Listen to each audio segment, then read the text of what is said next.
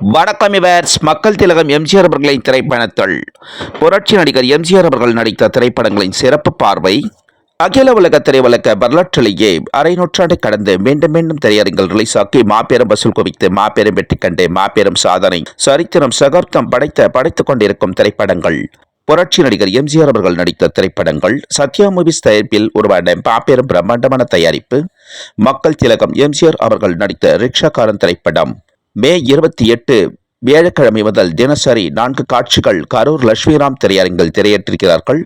அதனைத் தொடர்ந்து கர்நாடக மாநிலம் பெங்களூர் மாநகரில் சாரதா திரையரங்கில் தினசரி திரையேற்றிருக்கிறார்கள் ரிக்ஷாக்காரன் திரைப்படம்.